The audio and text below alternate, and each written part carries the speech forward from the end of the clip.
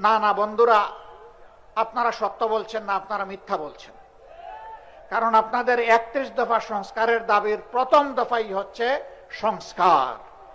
জনগণের সাথে আর কত ছলচাতুরি করবেন, আর কত দুকাবাজি করবেন? আপনারা হাজার চেষ্টা করলে ওই ফেসিবাদী আওয়ামী লীগ হতে পারবেন না। আপনারা দামি ফেসিবাদ হতে পারবেন। আসল ফেসিবাদকে এই জনগণ পাত্তা দেয় নাই, দামি ফেসিবাদ আবার কিসের? এরকম কোন ভাওতাবাজি যদি করা হয়, অগ্রিম বলে রাখছি, এই জাতি আপনাদেরকে ছেড়ে কথা বলবে না। ওই গণভোট না থাকলে এই সরকারও মানা হবে না। ওই গণভোট যদি ব্যর্থ হয়, সরকারকেও ব্যর্থ করে দেওয়া হবে। আসসালামু আলাইকুম ওয়া রাহমাতুল্লাহ। প্রিয় বৃহত্তর বরিশালবাসী, আপনারা কেমন আছেন? আলহামদুলিল্লাহি রাব্বিল আলামিন, ওয়াসসালাতু ওয়াসসালামু আলা রাসূলিহিল কারীম ওয়া আলা আলিহি ওয়া সাহবিহি ওয়া আহলি বাইতি আজমাইন। প্রিয় বরিশালবাসী, আমার আগে একে একে সম্মানিত নেতৃবৃন্দ গুরুত্বপূর্ণ বক্তব্য রেখেছেন। দুই একটা বিষয় হয়তো বা রিপিট হয়ে যেতে পারে, তারপরেও অতি সংক্ষেপে কিছু কথা বলে আপনাদের কাছ থেকে আজকের মতো বিদায় নিতে চাই ইনশাআল্লাহ।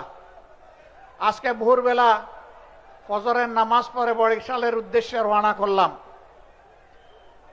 আস্তে আস্তে ভাঙ্গা পর্যন্ত মোটামুটি একটা অবস্থায় আসলাম। ভাঙ্গা ছেড়ে যখন বরিশালের রাস্তা ধরলাম, তখন দেখি যে ভাঙ্গার পরেই ভাঙ্গা রাস্তা শুরু হয়ে গিয়েছে।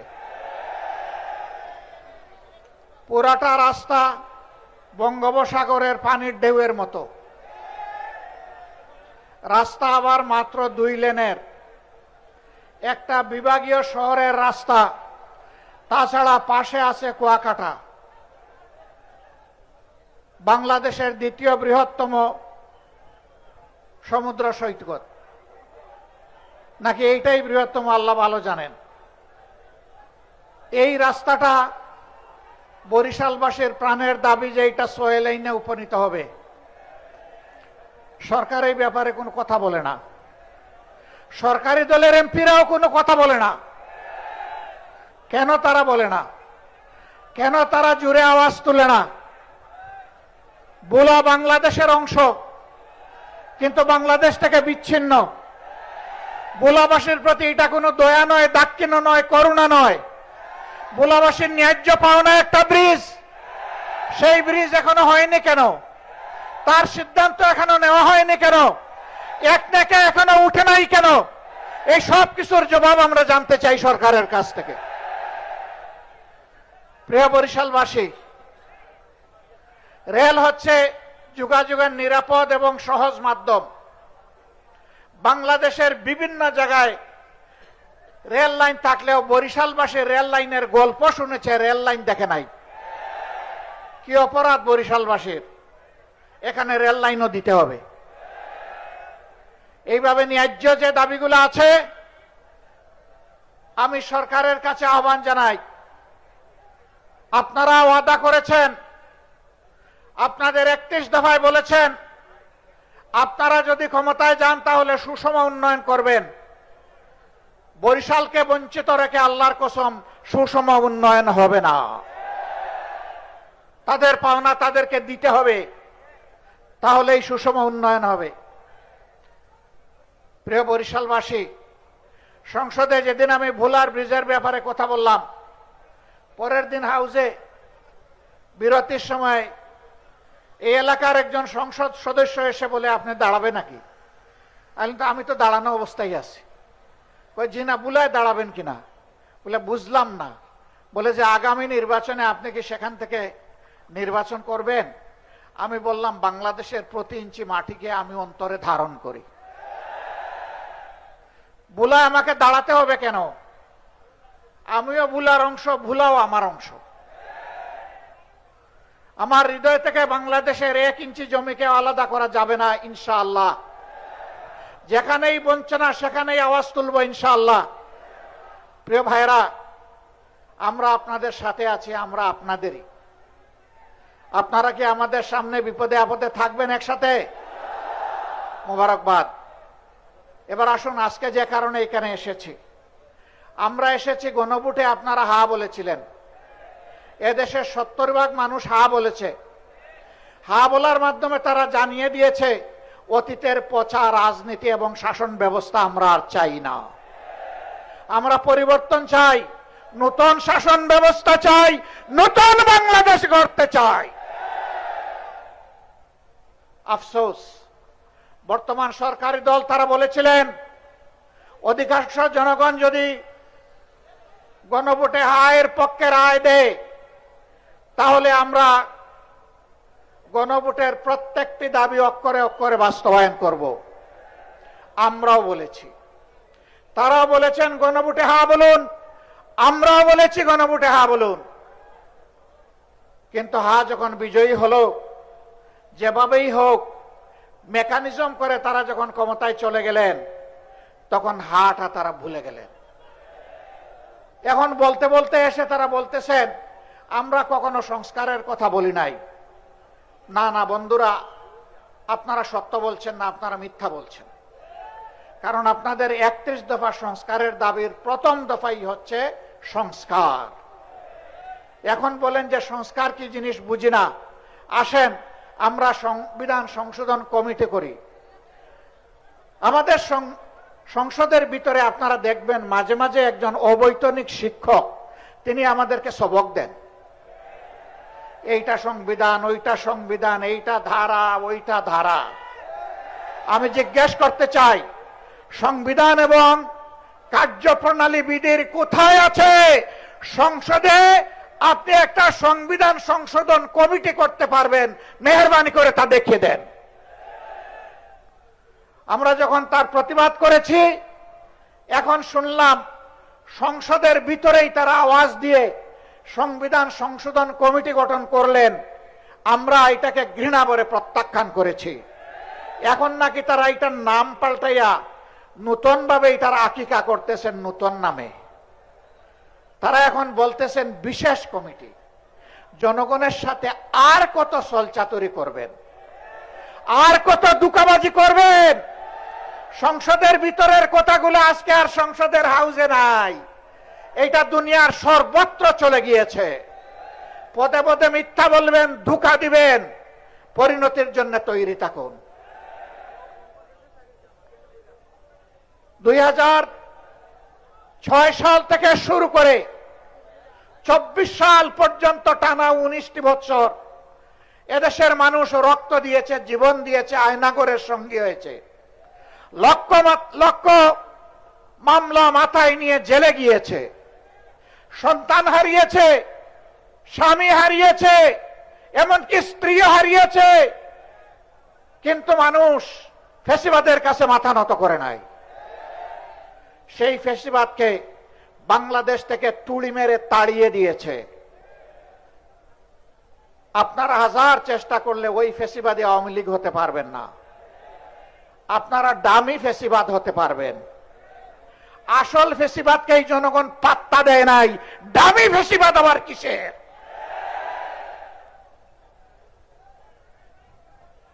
ফ্যাসিবাদ যে পথে হেঁটেছে আপনারা সেই পথে হাঁটছেন। ফ্যাসিবাদের খাসলতের একটারও পরিবর্তন আনেন নাই। 133টা অর্ডিন্যান্স জারি করা হয়েছিল।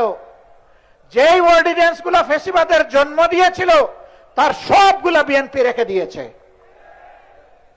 এটা জাতির সাথে বিশ্বাসঘাতকতা।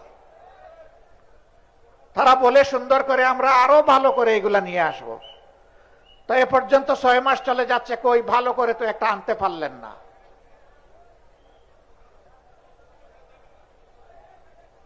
আমরা বুঝতে পারছি জনগণকে ধোঁকা দেওয়ার জন্য আরেকটা অপকৌশলের আশ্রয় তারা নিতে পারেন।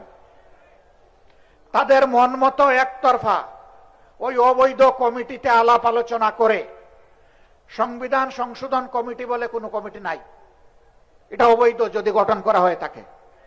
ওখানে আলাপ আলোচনা করে তাদের মন মতো কিছু জিনিস স্বৈর শাসনকে পাকাপোক্ত করার জন্য তারা হয়তো নিয়ে আসবে। 2/3 জুড়ে হয়তো পাশও করবে, তারপরে বলবে আগে তো সংবিধানে গণভোট ছিল না, এখন 15 সংশোধনী বাতিলের মাধ্যমে এটা ফিরে এসেছে, আমরা এখন এই বিষয়গুলোই এখন গণভোটে দেব। এরকম কোনো ভাওতাবাজি যদি করা হয়, অগ্রিম বলে রাখছি, এই জাতি আপনাদেরকে ছেড়ে কথা বলবে না। সাবধান, ধোঁকার পথে পা বাড়াবেন না। আমাদের সাফ কথা, যে গণভোটে জনগণ 70 রায় দিয়েছে, সেই একই দিনের ভোটে আপনারা সরকার বলে এখন দাবি করছেন, ওই গণভোট না থাকলে এই সরকারও মানা হবে না। ওই গণভোট যদি ব্যর্থ হয়, সরকারকেও ব্যর্থ করে দেওয়া হবে। ওই গণভোট মানতে আপনাদেরকে জনগণ বাধ্য করবে ইনশাআল্লাহ। আপনারা 91 সালের পরে ক্ষমতায় এসে বুঝেন নাই কাকে কেয়ারটেকার সরকার বলে, শেষ পর্যন্ত বুঝেছেন ঠিকই। আমরা বলবো জাতির ক্ষতি করে বুঝবেন না, এখনই বুঝুন। আমরা রাজপথে এইভাবে থাকতে চাই না, আমরা সবাই মিলে দেশ গড়ার কাজে অংশগ্রহণ করতে চাই। কিন্তু আপনারা যেভাবে ধাক্কায় ধাক্কায় আমাদেরকে রাজপথের দিকে দিচ্ছেন, রাজপথ জ্বলে উঠলে সেই আগুনের অনেক কিছু পুড়ে ছারখার হয়ে যাবে। 24-এর একটা চমৎকার স্লোগান ছিল আমাদের সন্তানদের, লেগেছে রে লেগেছে, রক্তে আগুন লেগেছে, রক্তে আগুন ধরাবেন না। এই প্রজন্মের আর পরীক্ষা নেবেন না, এরা পরীক্ষিত, এরা বিজয়ী, এরা বীর। এই জুলাইকেও ধামা চাপা দেওয়ার জন্য কত কসরত, এইটা ওইটা। 71 সাল অবশ্যই এটি আমাদের গর্বের, এটি আমাদের ইতিহাসের সোনালী অংশ। 24 টানতে গিয়ে 71 টানতে হবে কেন? 71 থাকবে 71-এর মর্যাদায়, 24 থাকবে তার মর্যাদায়। এই 24 আমরা হারিয়ে যেতে দেব না ইনশাআল্লাহ। 24-এর বীরদেরকে যথাযথ রাষ্ট্রীয় সম্মানে সম্মানিত করতে হবে, সে শহীদ হোক আর গাজী হোক। 24 নিয়ে কোনো অবহেলায় জাতি বরদাস্ত করবে না। 24-এর ঐতিহ্য নিয়ে গড়ে ওঠা জুলাই স্মৃতি জাদুঘর, এইটাও ভুলিয়ে দেওয়ার চেষ্টা করা হচ্ছিল আপনাদের দাবি এবং সংসদে বিরোধী দলের দাবির কারণে।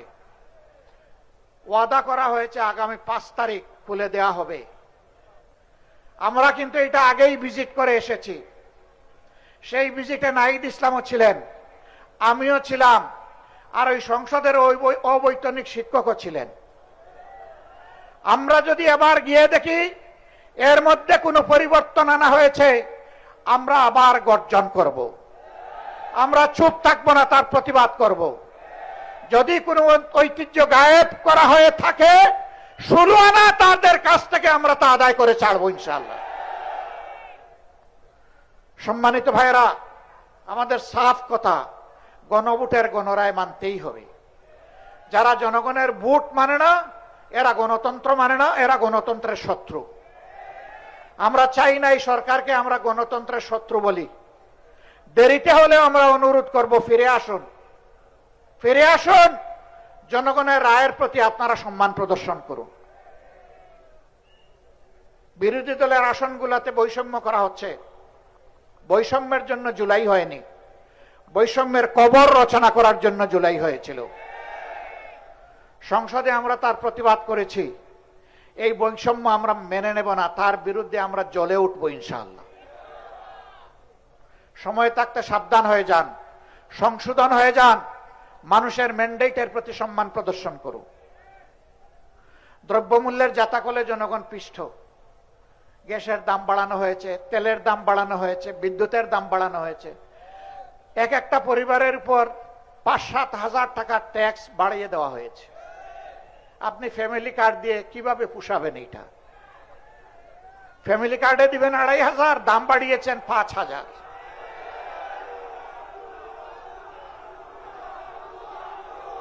সম্মানিত ভাইয়েরা, ইনশাআল্লাহ যদি এর ভিতরে তারা না মানেন, সিলেটে আমাদের সমাবেশ রয়েছে 25 তারিখ, আমরা আশা করব এর ভিতরে তাদের শুভবুদ্ধির উদয় হবে। তারা ঘোষণা দিবেন যে হ্যাঁ আমরা গণভোট মেনে নিলাম। যদি মেনে না নেন, তাহলে ঢাকার মহাসমাবেশের জন্য আপনারা প্রস্তুত থাকুন। হাতে চিড়া মুড়ি নিয়ে আপনারা রওনা করতে পারবেন তো ইনশাআল্লাহ? আমরা কোনো বিরানি দিতে পারবো না। আমরা ইনশাআল্লাহ যদি কিছুই না থাকে রোজা রাখবো, আর না হয় একটুখানি চিড়া আর সামান্য একটু গুড় নিয়ে আমরা রওনা করবো ইনশাআল্লাহ। এর শক্তি অ্যাটম বোমার চাইতেও শক্তিশালী। আপনারা রাজি, তৈরি, প্রস্তুত? যে কোনো মূল্যে নিজের অধিকার আদায়ের জন্য লড়বেন ইনশাআল্লাহ। লড়াইয়ের পিছন ভাগে নয়, এই নেতৃবৃন্দ সবাই অগ্রভাগে থাকবেন ইনশাআল্লাহ। আল্লাহ হাফিজ। বাংলাদেশ জিন্দাবাদ। 11 দলীয় ঐক্য জিন্দাবাদ। ফ্যাসিবাদ নিপাত যাক। আসসালামু আলাইকুম ওয়া রাহমাতুল্লাহ।